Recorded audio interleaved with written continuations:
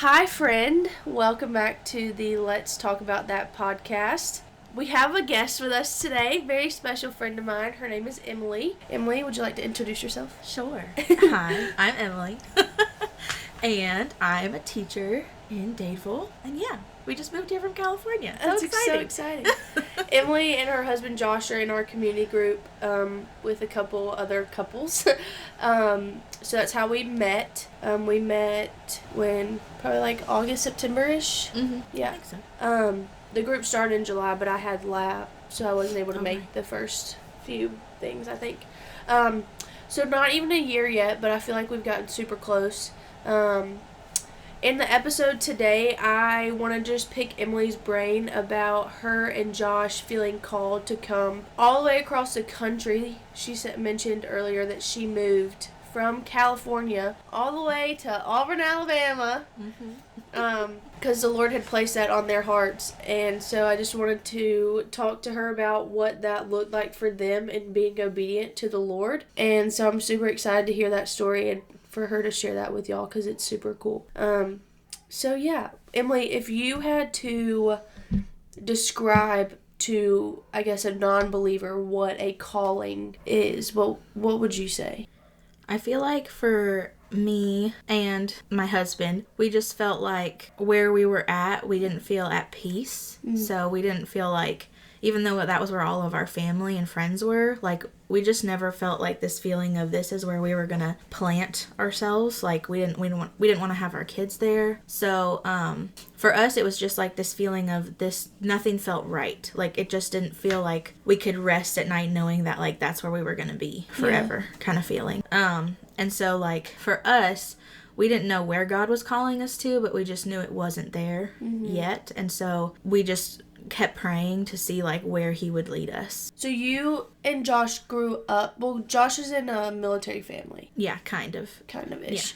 Yeah. Traveled around at least growing up a lot. And so you're from California? Mm-hmm. So you were, like, born and raised in that state. Mm-hmm. So when would you say that feeling started for you? I'd say for me, I kind of knew in college, and I went to college in California still, that, like, I didn't know if I could be there. And I think a lot of it is because I was in, like, therapy at the time, and I was really trying to process, like, some family dynamics that could potentially be unhealthy long term.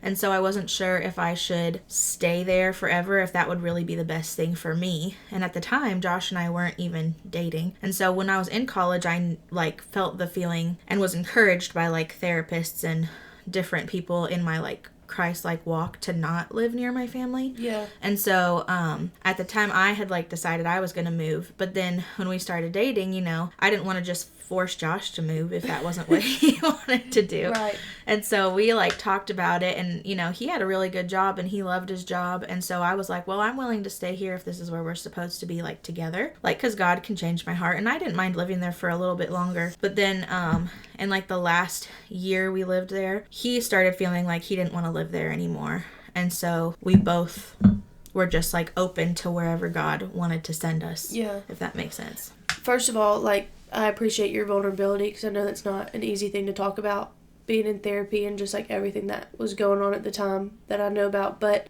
it's crazy because, like, when I met Covie, I was in that same spot of, like, I'm from here and, like, I've been here. Like, I don't want to keep being here and like I don't feel like the Lord's called me here. And so it's crazy that you had a similar story. How did that conversation go with Josh, with him not necessarily on the same page, but just like never really thinking that in his life what that would look like? Well, when we first started dating, I had, like, applied to this program that was going to be in Florida. And so it was a Disney program. So I, like, decided I was going to move to Florida after I graduated. And so when we started dating, it was like 3 months before I was supposed to move, and I told him, like, hey, I'm going to Florida, so either this is going to work or it isn't going to work, but either way, I need to go. Yeah. Like, that's what I have to do right now, but, like, I don't know if I'm going to stay there or if I'm going to come back. And he was just kind of like, okay, great, we can see if we can make this work. So I left. Which is just a Josh thing to say. Yeah. He's so positive all the time. But I went and left, and then after, like, 6 months, My dad got really sick with cancer, and we didn't know how long he was going to live. So I moved back home. And when I moved home, we decided that we wanted to get engaged and all of that kind of stuff because we had survived our long distance. And so when we decided we were going to like plant our lives together. So at that point, I kind of like stopped thinking as much about moving, and like I just wanted to have our lives together. And I didn't know if when we got married, like maybe things would change at home, like my relationship with my family might change. And so that's a huge shift in your life and like the independence in your life. I don't know if that makes sense, but like when you get married, you're joining another family while also creating a new one, so your dynamic with your family that you were already a part of is like destined to change and whatever that looks like. So when we got married, we were like planning on, we're just gonna have our own family, like it'll just be us. And so I think I was more optimistic that things would get better. Yeah. And in reality, they really didn't. I still felt like very controlled and manipulated by family, living like so close to them. And I mean, we only lived like a mile away from my parents. So it wasn't we didn't really have our own space, if that kind of made sense. Yeah. And so while we were in that situation, and I know people will probably be like, well, you could have moved, But, like, San Diego is expensive, y'all. We couldn't afford to live anywhere else. Yeah. So we had to live where we were living, or we, like, would have had to move out of San Diego anyway. Yeah. So we had been, like, thinking about it, and then it got to a point where, like, my mental health got so bad that I didn't know if I even, like, wanted to be alive anymore because of, like, the situation with my family and living so close to them. And so we were like, okay, I don't really want to have kids here. I don't think this is healthy for me, clearly. Right. And so, like, what should we do? And Josh was like, I'm willing to move anywhere. Like, let's just look and see where we could go. And so, like, for a while, we thought we were going to go to Texas. And then, like, a few months later, he got a job interview in Florida. So we thought we were going to move to Florida. And then we came and visited Alabama for a wedding, and while we were here, Josh was like, I feel like we could live here, and we both like laughed because we were like, that's not gonna happen. Like moving to Alabama. Yeah. And then as we were like thinking about it and praying about it, we just both like felt more at peace with the idea. And so when we started to actually like apply to places, or we like first we're just looking for somewhere to live, and someone put it up on like the What's Happening in Opelika page. Oh, yeah. They were like, I'm subleasing my apartment. And my sister-in-law sent it to me, and I was the first person to comment, so I got the thing. And apparently there were like 30 more people after us. So it's just like a miracle that we got it when we did. And so that worked out. And then we moved out here, and we still didn't have jobs yet. But Josh was like finishing up his EMT stuff. So he was like, as long as I pass the test, then I can get a job doing that. And he did pretty quickly. And then I came out for my spring break and interviewed at a school, and they offered me a job like the same day. That's awesome. So it was like all these doors just like kept opening, and we just kept feeling more at peace with the situation. And so we just felt like this is where God was calling us to right now. And it hasn't been as easy 100%, but it definitely, like, we went home for Christmas and just felt like all of the tension kind of all over again. And so we were just feeling like this is where God has us right now. Like, when we moved here, my anxiety got, like, almost completely went away, like, compared to what it was. It was almost like I couldn't, like, function beforehand without, like, being so anxious. And so, I don't know, God just really moved in a big way, but a good way for both of us. Yeah. And, like, even sometimes when we miss our family and friends, like, I'll talk to Josh, and we were both, like, a little sad because we now have, like, a baby coming. And so we were like, is our baby going to get to be around his family a lot, kind of a thing. But we were both just, like, talking, and Josh was like, I feel like we both haven't been as close to God as we ever have since moving here. Yeah. So he's really doing something good in both of us. And so, it just feels like, I feel like this is where we're called to be in this season, if that makes sense. It's really cool to think back and be like, the Lord calls you somewhere, and not that he's not going to be obedient to you and, like, come tenfold on his promises, but it's like, until you're obedient, you just don't see it. Mm-hmm. So it's like, he's almost like, okay, here's the door, it's open, but you don't get the goodness of what's in the room until you take a step into it. And sometimes, like, until you step into the room and turn the light on, you can see what that goodness is. But yeah, so I think that's just really, really cool that y'all are just like, I don't know where I'm going or where the Lord's taking us, but like wherever He is, we want to be. Mm-hmm. And you've just like experienced His presence and like His goodness more than you have in the past, just by being like, wherever you are, I'm going, and you go and He's there. It's like, that's so cool. I did want to talk about if this is something that you're willing to like speak on, but you mentioned how you didn't want to have y'all's kids and stuff in San Diego, like in that situation that y'all were in, close to your family, and now like having a kid on the way, which is super exciting, and we're like super excited that that blessing has been bestowed upon your life and you and Josh's family. But I also know, like, as a friend, that wasn't easy to get to. And so when did you and Josh decide y'all wanted to start trying for kids? And then also just, like, if you wanted to just talk about kind of where that journey was when you were in San Diego and then how it transpired once y'all got here. Yeah. So when we first got married, we always said, like, we wanted to wait, like, 2 years to start trying to have a baby. But after a year and a few months, we did get pregnant, and when we were living in San Diego. And it was really, like, a surprise. But after a few weeks, we ended up having a miscarriage. And so at that point, you know, we had just like found out and we were getting excited about it. We were still like a little nervous because we could hardly afford to live in San Diego. So we didn't know how we were going to afford to have a baby. But we didn't really know we wanted to have a baby until like it was taken away from us kind of. And so after like we had lost that baby, we were kind of like all of a sudden like we both were like, we really want to be parents, like, and maybe we should start trying for this, you know, sooner than later. And so we would go to the doctor because we had some fertility issues, like we had some like male infertility issues, and so we needed to go make sure that that was all working okay, because they basically told us it was like a miracle we got pregnant the first time anyway. So we were like, we don't know if this is gonna be able to happen again. Right. And so when we were living there, I think my body too was under so much anxiety that like, I don't want to say that that's what caused this to happen, but like I don't think I was in a good place anyway to become a mom when we were living there. Like right. God kind of knew what I needed, and I think He knew that I, you know, wanted to have kids, but and like I cherished that baby forever, you know. I'll never forget like that baby kind of pushed us more on our journey to try to be where we are now. Right.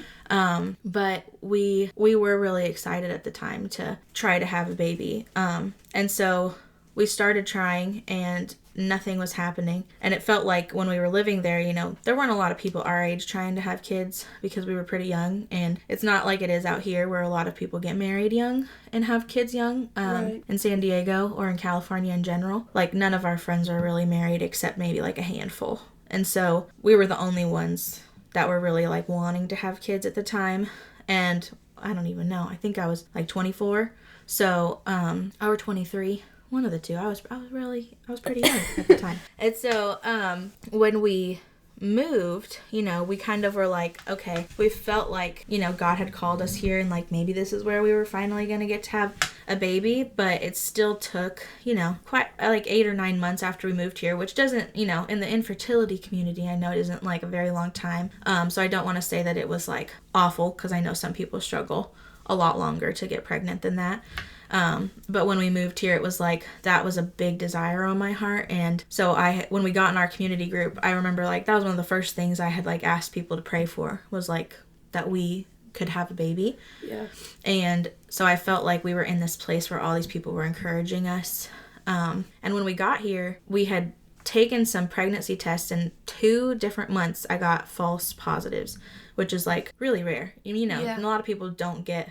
I've always heard there's no false positives, only false negatives. Right. Which is not true. Right. I had heard that too. And I remember, like, the first month I got a false positive, my friend, she found out she was pregnant that month. And so she had sent me, like, her pregnancy test. And so, like, I took one and mine came back positive. And I was, like, so excited because I was like, we're both going to be pregnant at the same time. And then, like, you know, the next day I took another one and it was negative. And I was like, what's going on? Like, I didn't know if it was real or not real. Because at that point, you know, you don't feel anything really. Right. You're just, like, waiting. And so we went That's the only thing that shows you whether or not you are is that test. Right. And, like, I know some people are like, I already felt nauseous, but, like, my period cramps and my pregnancy symptoms were basically the same right, thing. Yeah. So you have no idea, really. And so I went to this, like, clinic, and they were like, we're sorry, like, you're not pregnant. And I was just a mess. I was, like, sobbing, and Josh was there with me, and I was just like, it almost felt like I had lost a baby all over again. Like, right. This thing that I was so excited for was, like, taken away from me again. Even though, like, it wasn't an actual baby this time, but just, like, that feeling of, like, yeah, I thought this was going to be it, and it's not it, was just, like, really hard. And so, you know, I remember, like, praying, and I told some coworkers at school, and, like, they were all praying for us. And then, like, a few months later, like, in September, the same thing happened. I took a pregnancy test, and it was positive. And then I was like, well, this happened to me a few months ago. Let me just see. So I took another one, and the rest of them were all negative. And I was like, at that point, I didn't even, like, let myself get excited because I had already, like, dealt with that once. And so, and that sounds so sad to say, because most people, you know, you see those videos of people taking a test and they see it's positive and they get all excited. But, like, I remember telling Josh, like, this one says positive, but, like, let's just wait and see, you know, what happens. And so then finally, like, in November, like, we had taken a month off of trying because I was just, like, so, like, heartbroken feeling almost. Like, this has happened to me multiple times and I don't really want to do this again. And I felt like I kind of had to have a come to Jesus moment. And so, like, for the whole month of October, we just kind of, like, took a break and prayed. And I remember, like, I would journal every single day or, like, write down my prayers every single day that month and just be like, God, if, like, I'm not supposed to have a baby, like, just, that's okay. Like, I had to get to a point where that was okay for me. Like, maybe I'm not supposed to biologically have a baby, but, like, just, like, make that okay for me. Like, I'm okay with whatever you want for me. Which, to some people, that might not matter. But, like, I was adopted, so I really wanted to have a biological child of my own. Like, I'd never been related to anybody biologically before. Yeah. So it would be really cool. I didn't even think of that. That's so cool. Yeah. And so, like, I felt like that was my dream my whole life, was, like, to just have a kid so that I could have somebody that, like, I knew that they looked like me. Wow. Or, like, they had my genetics, which sounds so silly. But, like, you know, I never had that growing up, and I always saw, like, my brother and sister looked so much like my mom, but, like, I didn't have those same features. Right. And so, and it's like a silly little dream. Like, in reality, you know, God makes families perfect the way that they are, but, like, it just was something that I wanted my whole life. And so to, like, let that go was a really big thing for me. And so when I, like, got to that point, I, like, was probably in tears. I know I was in tears, and I had to be like, well, you know, it's okay. Whatever God wants for us, like, I'll just be okay with it. I have to, like, release this kind of a thing. Yeah. And so the next month we decided we'd try again, but just kind of be like, you know, we're going to try for another year. And then if it doesn't happen, we'll, like, go see a doctor, but we might just, like, let go of this dream for a while. And in that first month, like, on my birthday in November was the day that we found out that I was pregnant. Yeah. So it was like, and I don't want to say, like, it was because of that one thing, but for me, it really felt like God wanted me to learn that, like, I literally cannot have control over my, like, you know, what I want to happen in my timeline. Like, He knows what's right, and He needs me to be okay with whatever He gives me. Right. So it was a really big deal for me, and I really feel like this baby was, like, a gift from Him. Yeah, absolutely. I remember that day too. You were like, you took like 14 pregnancy tests that day, which is crazy, but, like, so cool too, to just, like, be alongside you in that. And I just remember you being like, I just, like, sharing with community group, like, I just want to be okay with whatever His plan is. Mm-hmm. And I think that's so hard when, like, His plan might not align. Like, you hear, like, His plan might not align with your plan, but, like, His plan might not even align with your dreams. Mm-hmm. And, like, that's so hard to, like, be okay with sometimes. But I think too, just when you're fully in, like, the Holy Spirit realm, your dreams become His plan. Mm-hmm. And I think that's when, like, your desires and his desires line up and he starts coming through on those things, because then you're walking in his plan and in his will and not your own. So in some, like, subconscious, like, flesh way, it becomes your dream because your Holy Spirit, the Holy Spirit in you wants what he wants. And so then your flesh just, like, gets pushed down because you are just in awe of whatever he has for you, whatever that is. So I think that's super cool, and I, like, admire that so much about you and Josh, just that y'all are both just like, this hurts to say, but I'm gonna say it because, like, I know that it's better for me, but in this moment, like, I'm hurting, but I want what he wants. And I think we can all agree that, like, when you give that to the Lord, that, like, his timing is made perfect. Like, if you could just imagine, like, if y'all would have had that baby full term, like, when y'all were in San Diego, imagine, like, what that life would have looked like for y'all. And not that it wouldn't have been perfect, because the Lord was, like, so in that story, but it just wouldn't look like what it looks like now. And this is what the Lord has for y'all, and I think that's super cool that you're just, like, you have peace about that, and you're just so, like, this is his plan, and I'm just so excited to be a part of it. That's so cool. You were talking about how in San Diego a lot of your friends weren't married, and if they were, they definitely weren't talking about kids. And now in Auburn, there's 5 couples in our community group. Right. All of us are married, and you and Josh are the 3rd couple to have a child. So me and Covie and one other couple are the only people that don't have kids or are carrying a child. So what does that look like?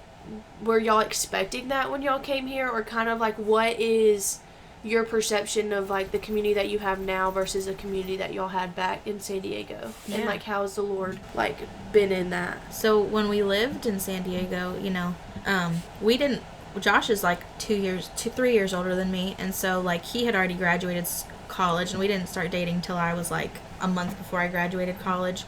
So and we got married when I was 22 and he was, like, 25.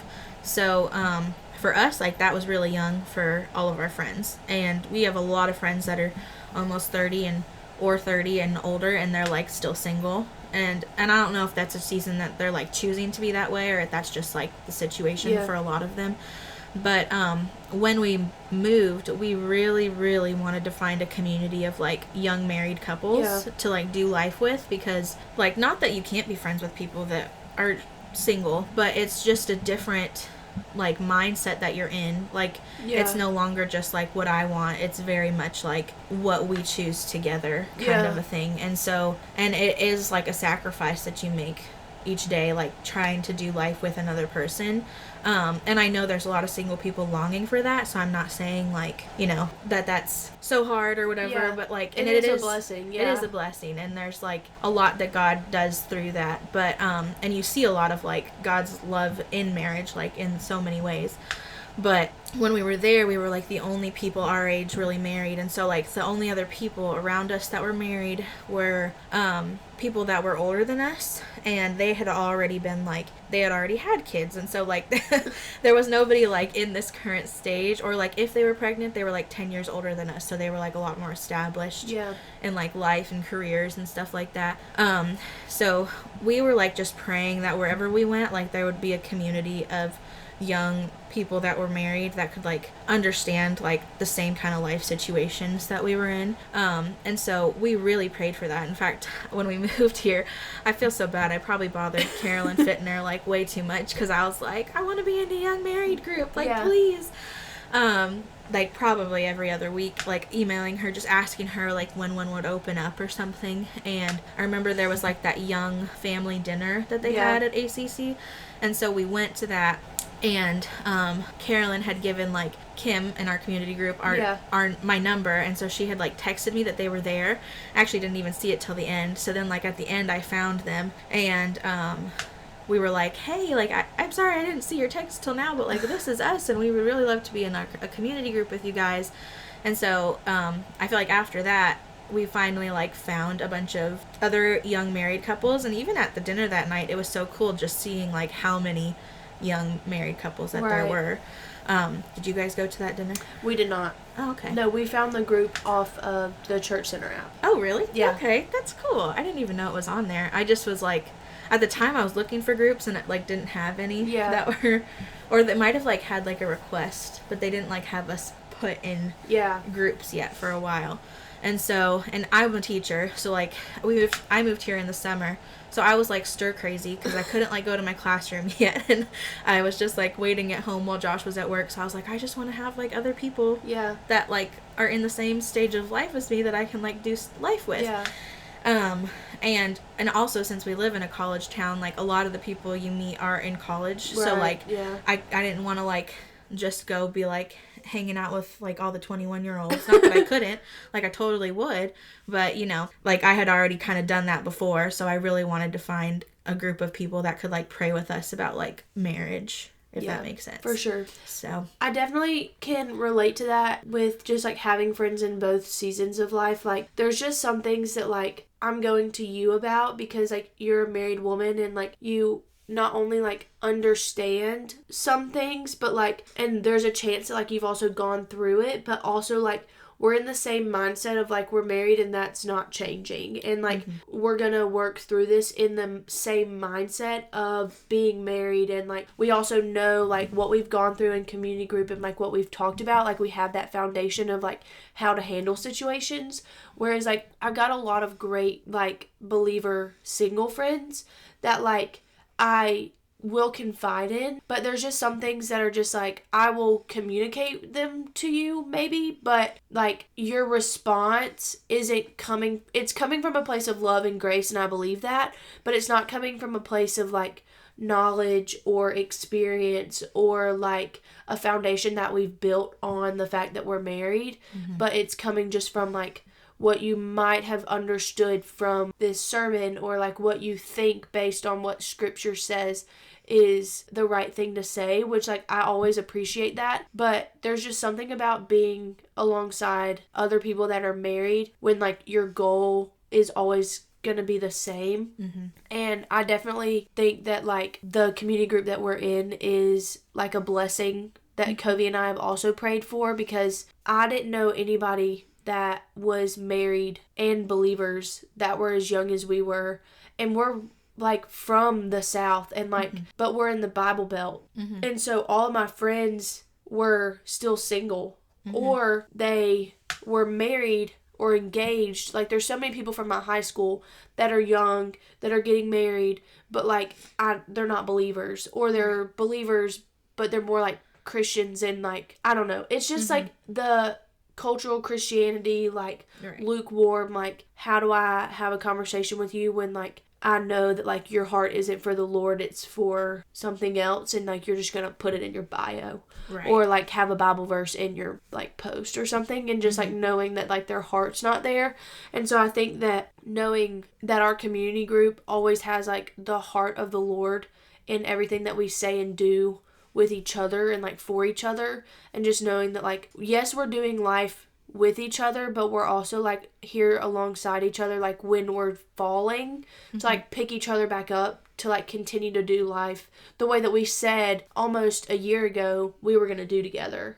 So I think that's super cool, and like getting to walk alongside like a girl in our community group having another baby, and like there's babies in our community group, and we've like watched them grow, and like we've both babysat other kids that are in our community group, and like helped move people, and like it's not even about like doing life sometimes in like every single Thursday has to look the same kind of thing, but it's just like whatever you need, like we're your people.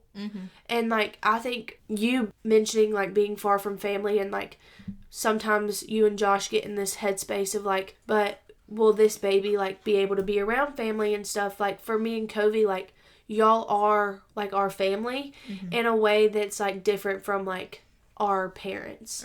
And like, cause I know like for me, like sometimes going home does feel like I've walked away from the Lord, or like I become this person that I don't want to be, or like I'm just then surrounded by people that aren't like-minded, but it's still people that like I love and care about and like want to pour into, but they're not like pouring into me, if that makes sense. So you always feel like very empty when you leave. And so being here with the community group that we have, it's like we can pour into each other. I'm not empty and you're not empty, and we're just exchanging like truths to each other and like getting to do life with each other in a way that like is scripture based and like is what the Lord has created community to be. And like I couldn't imagine being here at this point and like not having y'all as our community. Like it's crazy to think, but like Auburn's not Auburn without the Kegels and the Stewarts and the Todds and the Jacksons. Like Auburn's not the same without Logan and Eben and whatever the other Kegel baby's gonna be, and Jordan, and it's like, it's just not the same. And even if one day we're not all together again, like this season and like these people and like y'all are like always going to be our people. And like, I don't know, it's just crazy to think that like we both came from different parts of the country, but all landed in Auburn, Alabama. We all came from different family backgrounds. And, like, you and I feel like have very similar backgrounds with our family. But, like, we're here. And it's the only reason we're here is because the Lord's called us to be here. And, like, you had to go all the way across from California to Alabama. And I just had to stay. And, like, our callings looked completely different. But they landed our feet in the same place. And now we get to do life together and, like, pray with each other in a way that's, like, I've never been prayed for or prayed like that before. I don't know. It's just crazy and it's like hard to put into words, but like if you don't have community, like I don't know, like the Lord has like created community to be like the most integral part of a Christian life on earth. Like you cannot do it alone. And I think that the Lord has also created it to be like, even with Him alone, He still calls us to be in community. Like, even if it's just you and the Lord, like, He's still going to open the door for you to be in community because it's just so important. And, like, vulnerability in community is so important. Like, there's just some things that, like, I've never said out loud for 22 years of my life until I got in front of, like, you ladies. You know what I mean? And, like, the freedom that comes from that is incredible. But, yeah. Is there anything else that you want to talk about going from San Diego to Auburn? What would you say, to end this off, what would you say is your favorite part about being in Auburn? And then what would you say is the biggest difference between San Diego and Auburn? So let's see. I don't know. So I am like a big foodie, and there's lots of differences in foods between like California and Alabama. Obviously, I do miss like Mexican food that's made in San Diego, but there's also just like a lot of good Southern food here. And I think like even living in the South, like there's such a difference with like sports and stuff like that. Like we never really, I mean, we've always kind of been like sports fans, but like it's just a little different versus like out here, you know, like there's such a big like thing with college sports. Okay, but shout out San Diego State is in the Final Four. Yeah. So like, exciting. Yeah. And that's where Josh went to school, so he's super excited. But we like have gone to some football games, and just like it's just a different like community. Like everybody in the town like supports the university, it feels like. And like we can go to events even though we didn't go there, and it still feels like everybody's like cheering for the same team. And like even though I work like 30 minutes away, like there's some teachers that are like Alabama fans, but like most of them are Auburn fans. And so it's just funny like talking to them about like, and everybody knows what's going on, so that's totally different. And we're only 6 hours from Disney World, so not too bad for me. So and then what was the other one? The biggest difference. I think the biggest difference is like, so here, you know, like when you're going out and doing things, like people are just kind of nicer in general. Like they're like, hey, you know, or, you know, I don't know. I said, you know, like 4 times. So like if you go to the grocery store, someone's gonna like smile at you and it's not odd. Like it's almost like people here are just like kinder. Like you'll be standing in line at Starbucks, and if you talk to somebody, it's just not like weird. Like it just feels normal. Like you can just kind of like, you can be friends with a stranger for the 5 minutes that you're in line. Yeah. And it's like that Southern hospitality. Yes, definitely that Southern hospitality. Which in California, it's very much like, I'm living my life. I'm doing my thing. Like, everybody is so, like, self-centered in a way. Like, just, like, very, like, I have what I'm doing, and that's the most important thing. Yeah. And, like, you know, I lived in the same town my whole life growing up. It's this little town in the mountains of San Diego. And so, like, and a lot of people knew my family because my mom was a teacher and my dad, like, worked in, like, the gas and electric company. So, like, they knew who our family was. But you don't know, like, how many times we saw these people at the grocery store and just ignored them. Like, everybody would just be like, I'm doing my thing. And, like, when you get close, you'd be like, hi, and then, like, keep going. Like, you don't talk to other people. It's just kind of like, we're living our lives, and, like, yeah, unless we have to speak, we're not going to. Mm-hmm. And so, it's just very different, you know, going from there to here. And you see somebody, and they're like, hey, Emily, like, how's it going? And you're like, oh, we're speaking. Right, yeah. Interesting, like, okay, cool concept. Yeah. So, and, like, now I kind of love it because I've always been more of a talky person. And so, like, I kind of had to, like, chill myself when I lived in California and just, like, keep it cool. But now I can just kind of, like, talk to anybody, which is super fun. But, yeah, I do say, like, the one thing that we... wish we were closer to Disney, because before we only lived 2 hours from Disneyland. Yeah. Now it's 6 hours. But we've saved a ton of money because we don't go to Disney as often. Yeah. So it's been good. Yeah. And then when you do go, it's a lot more fun because you haven't been in a while. It's been special. Yeah. So. I want to go to Disney with y'all because y'all are like the Disney experts, and y'all will like make sure that we have the best Disney experience. That'd be so fun to go one day. I think I've only been to each park like a handful of times, like when I was little. Mm-hmm. But I'm like, I want to go back now. I don't know. Yeah. But we can take Logan. Yes, we should. Logan is the baby in her belly, by the way. Mm-hmm. I don't know if y'all remember a podcast, like one of the first ones that I did. I think it was about grad school. But I talked about how I had just got my nails painted pink. Mm-hmm. And I was like, it's for a like Valentine's Day, but I have a gender reveal, and I was like, but it's actually a boy. And I was like, I can say that now because by the time this comes out, like whatever, that was for her gender reveal. So I know, that was 2 months ago. I know, so full circle though. That's crazy. Oh my gosh, and one day he's gonna be sitting here and I'm gonna be like, okay, so tell me about motherhood. And you're gonna be like, I can't. He's not gonna stop crying. But anyways, I really appreciate you coming on. I know we talked about so many things, but the things that we talked about, I just really love your heart behind. And I just love you as a friend, and I think you're great. And I really appreciate you, and you and Josh have been, like, huge blessings for Covie and I. And so, yeah, just want you to know that. You've been a big blessing to me also. Yeah. So, we love you guys. Yeah. Love you. And I hope you guys enjoyed. I hope you guys love Emily as much as I do. And I hope you guys enjoyed hearing her story. And so, yeah. Bye.